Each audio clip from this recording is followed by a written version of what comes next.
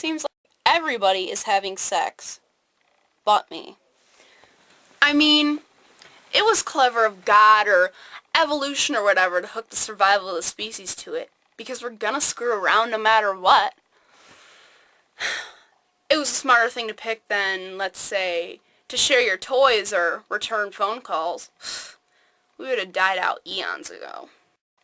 But on the minus side, God, all the attachment that goes with it. It's like this net.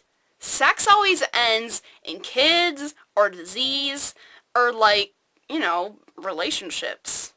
That's exactly it. Okay, maybe I'm wrong. Maybe it's not all shit. Maybe... God damn it.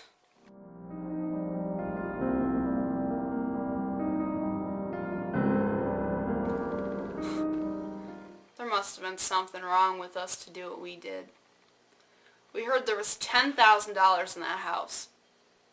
Once we tied up everybody and searched all over, I knew the guy that told us about it was wrong. There was no money. Dick wouldn't believe it, so he went tearing through the house, banging on the walls looking for a safe.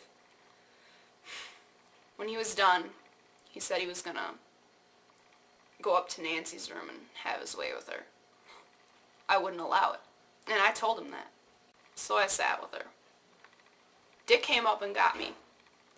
We turned off the lights and went down to the basement where Mr. Clutter and the boy was. He kept saying, "No witnesses." But I figured if I waited him out, he'd give up and we'd leave him tied up there. And we'd drive all night. They'd never find us. We tied Mr. Clutter's wrists to a pipe over his head. And he looked hurt, so I cut him down. Put a box out there so he'd be more comfortable. He asked how his wife and daughter was, and I said they were fine and they were getting ready for sleep. It wouldn't be long till morning, when they'd find them. He was just looking at me, looking into my eyes, like he expected me to kill him. Like he expected me to be the kind of person who would kill him. I was thinking, this nice man is scared of me. I was so ashamed. I mean, I thought he was a very nice gentleman, and I thought so right up until I slit his throat. Didn't know what I did till I heard the sound. Added up, how much did you guys get from the Cutters that night?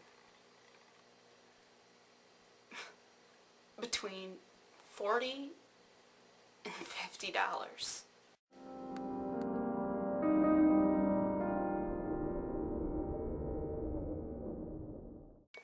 You were coming on to me. Oh, come on. That's what they all say, Jeff. Who? Who? The pedophiles. She was so sexy. She was just asking for it. Or she was only technically a girl. She acted like a woman. Ugh, it's just so easy to blame a kid, isn't it? Just because a girl knows how to imitate a woman does not mean that she's ready to do what a woman does. I mean, you're the grown-up here. If a kid says something flirtatious, you ignore it, not encourage it.